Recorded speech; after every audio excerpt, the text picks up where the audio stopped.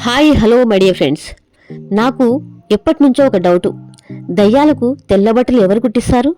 అంత తెల్లగా మరకలేనట్టుగా ఎవరు ఉతుకుతారు? హాస్యాస్పదంగా ఉంది కదూ.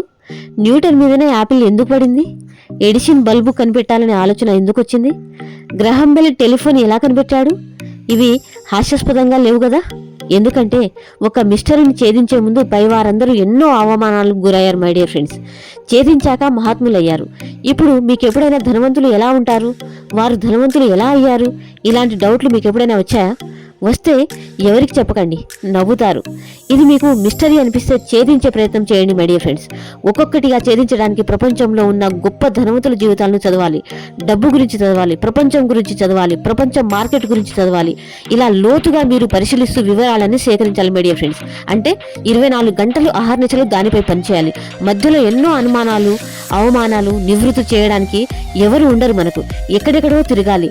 ఎలా మీరు సబ్జెక్ట్ని పట్టుకునే ఉండాలి. పుస్తకాలు చదవాలి.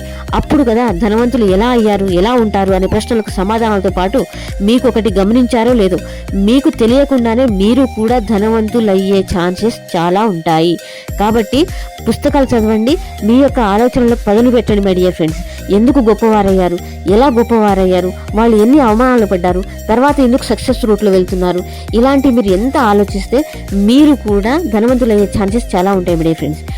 నమ్మండి. ఆస్క్